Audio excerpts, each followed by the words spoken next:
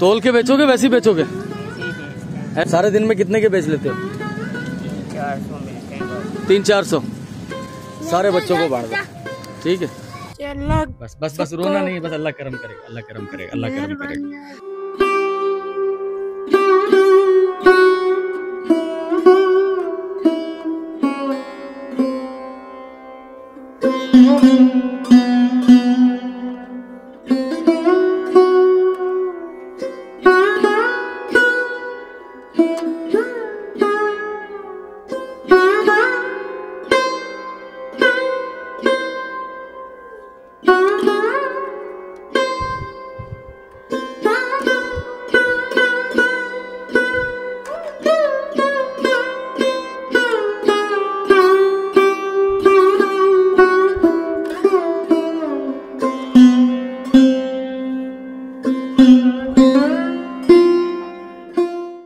अस्सलाम वालेकुम, अली मुनव्वर आपकी खिदमत में हाजिर है। यहाँ पीछे कभी एक खाली जगह थी और एक तंबू खैमा टेंट लगा हुआ था, और अब यहाँ पर कमरा। हमारा शुरू में आइडिया था कि एक कमरा बनेगा, लेकिन ये जगह 16.5-16 फीट की थी।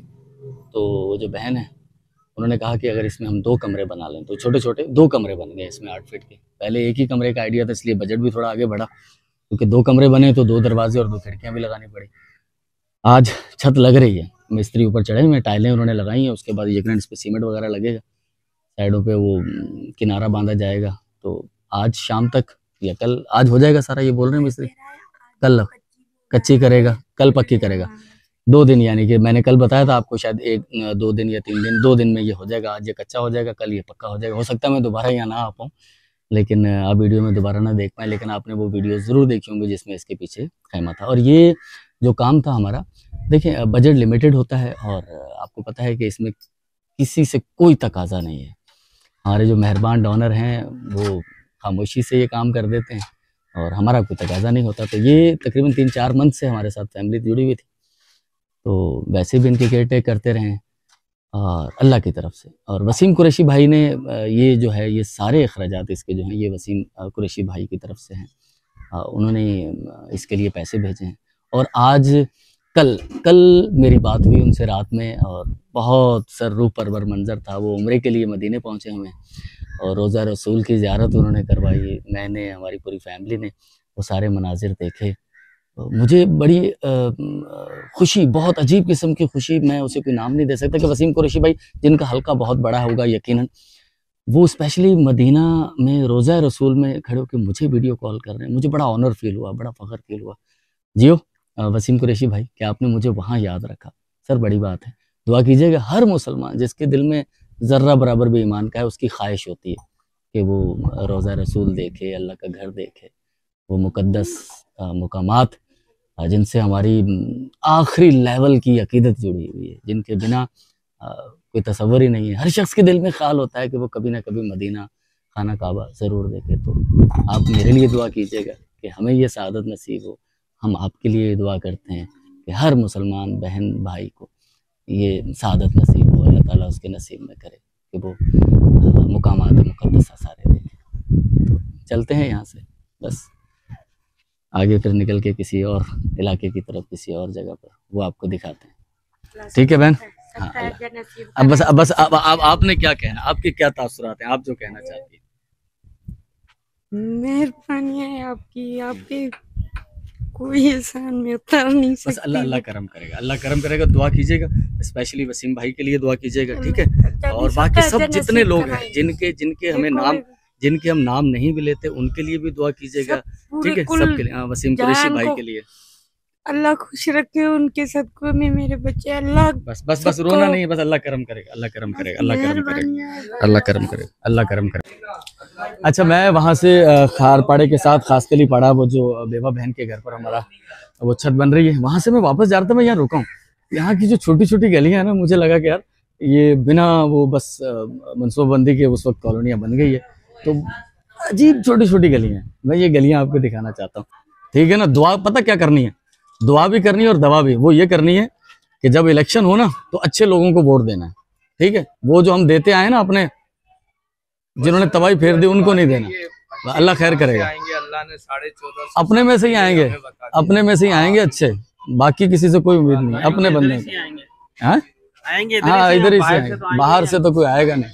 तो ये जो मैं आपको गलियां दिखाना चाहता हूँ, ये छोटी छोटी गलियां, एकदम छोटे से टर्न, मैं ये दिखाना चाहता था आपको। ये देखें ये गली, और मैं पहली बार इस गली से आ रहा हूँ, मुस्तफा साहब मेरे साथ है। और देखो फिर एक और टर्न सर, अब जाके आगे से कुछ मुझे गली खुली मिलेगी। ये कहाँ से निकलेंगे हम? हमने जाना है कॉलोनी वाले रिंग रोड की तरफ, ठीक है। और ये खासकली पड़ा ना, खासकली, हाँ ठीक है, ठीक ठीक, हाँ।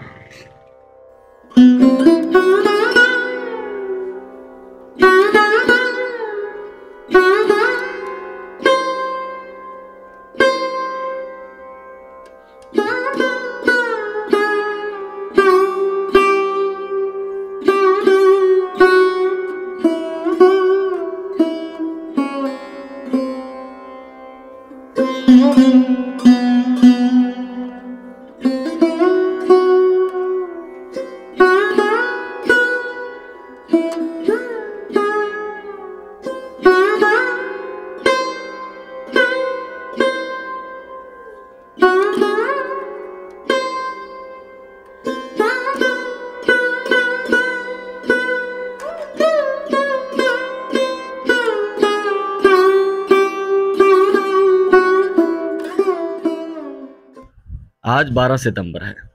आप सोच रहे होंगे अली भाई इससे पहले तो कभी आपने तारीख नहीं बताई इस तरह से।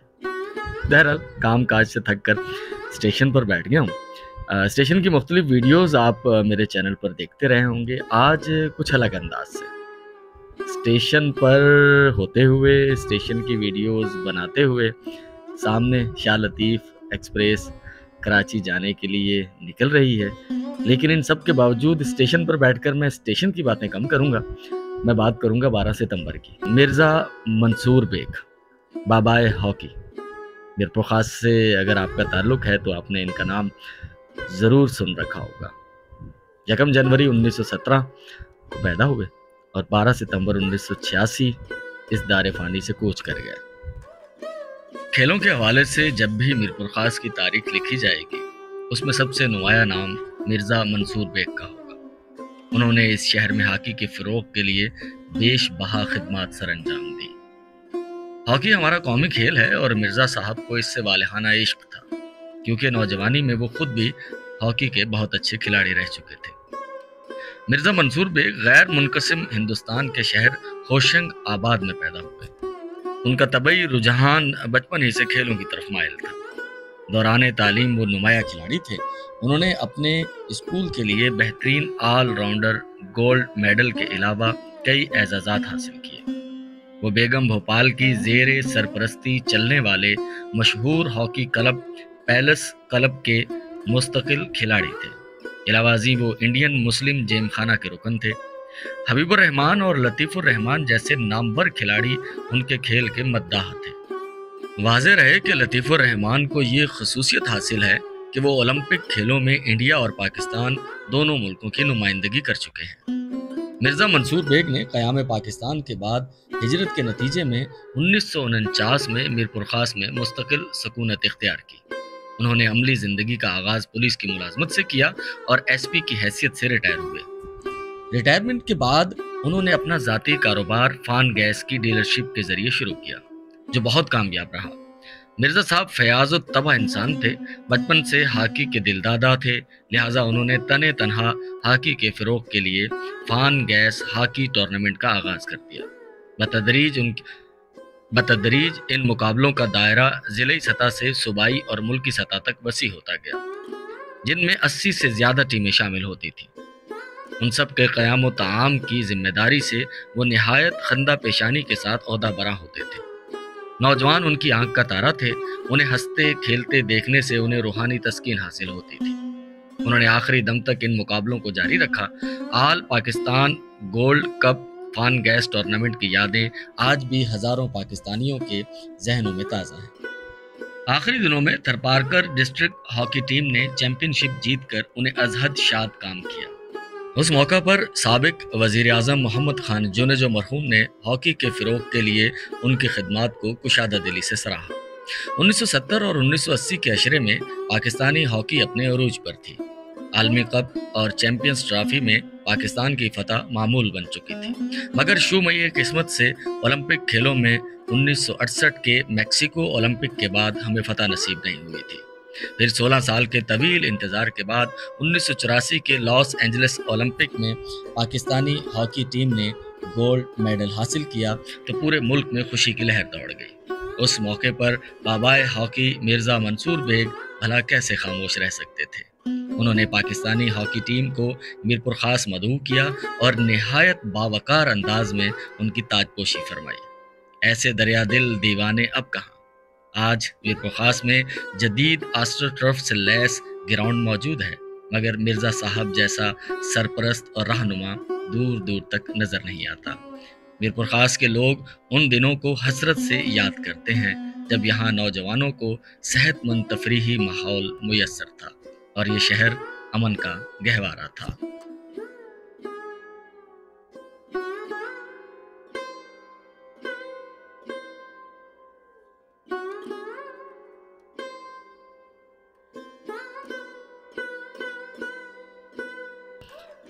तो मेरे मोहतरम ऑल व्यूअर्स, आपका ताल्लुक अभी मीरपुर खास से है, कभी रहा है या कभी भी नहीं रहा, और आप मेरे व्यूअर्स हैं। सर, मैडम, मोहतरम, मेहरबान, आपका बहुत बहुत शुक्रिया। ये एक छोटी सी कहानी बशीर उन्वान साहब फेसबुक पर लिखते हैं, मीरपुर खास से ताल्लुक़ रखने वालों के लिए स्पेशली और पूरी दुनिया से ताल्लुक़ रखने वाले ख़ास तौर पर उर्दू अदब से जितने भी जुड़े हुए लोग हैं उनके बारे में वक्तन फ़वक्तन लिखते रहते हैं। तो ये जो बातचीत मैंने मिर्ज़ा मंसूर बेग के बारे में आपके साथ शेयर की, ये तहरीर और तहकीक बशीर उन्वान साहब की थी, तो इस बात का क्रेडिट उन्हें ज़रूर मिलना चाहिए। मेरा मानना है कि आप या मैं, हम सब लोग कहीं ना कहीं किसी न किसी से इंस्पायर होते हैं, लोगों के काम को देखकर सीखते हैं। तो जहाँ से आपने सीखा, जहाँ से आपने कुछ हासिल किया, उनका क्रेडिट उन्हें दिया जाए। इससे आप या हम छोटे नहीं होंगे, बड़े बनेंगे। तो ये सारा क्रेडिट बशीर उन्वान साहब के नाम, और मेरी कोशिश है, मेरी चाहत भी है कि कभी मैं उनसे मुलाकात कर पाऊँ। तो बहरहाल ये स्टेशन है, इससे पहले भी देखा है आपने स्टेशन बारहा। आज कुछ ज़्यादा थोड़ी सी डिटेल से मैं इसकी रिकॉर्डिंग कर रहा हूँ। इसमें आपको वो मैं मुसाफिर खाना भी दिखाने वाला हूँ सर। लेकिन उससे पहले ये इतनी बड़ी चमगादड़ मैंने फिल्मों और ड्रामों में तो देखी है, लेकिन हकीकत में नहीं देखी कभी। तो एक तार के साथ लटकी हुई बड़ी हैरानगी की चीज़ थी, नॉर्मली ऐसे नज़र नहीं आती।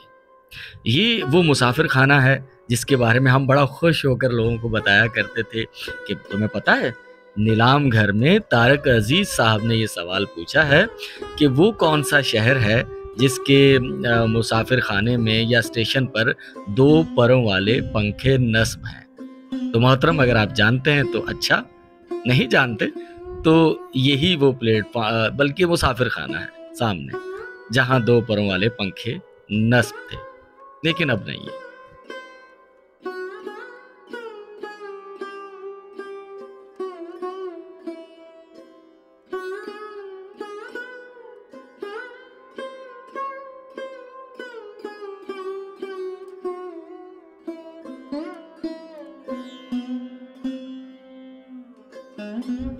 और ये मनाजिर हैं मीरपुर खास स्टेशन के सामने कायम एक छोटे से पार्क है।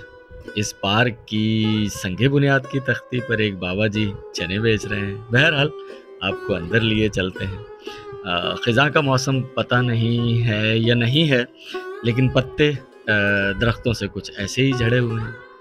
सफाई शायद कई महीनों से नहीं हुई और फुवारे का पानी खुश्क हो चुका है सर। आबाद होना चाहिए था इसे। लोग इधर उधर बैठे रहते हैं तो अच्छा है पार्क में बैठा करें।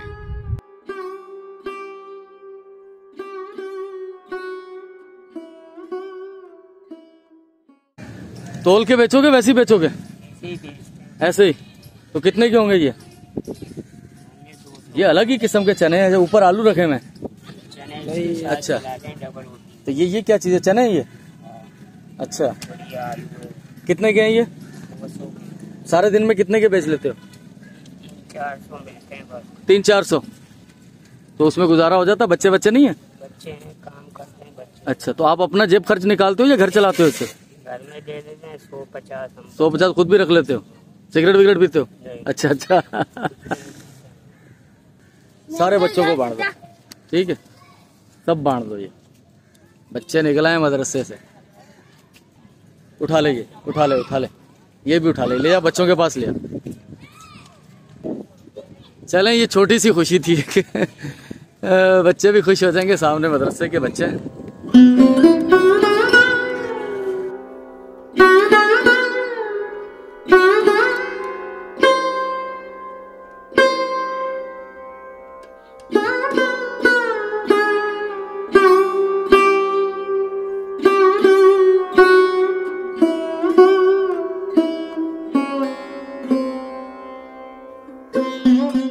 बनाया, मजाक लगा हुआ है। इस शहर के बीच में स्कूल है, अगर इसमें सिस्टम नहीं चलेगा तो देहातों में क्या असर हुआ होगा, कोई सोचे तो सही।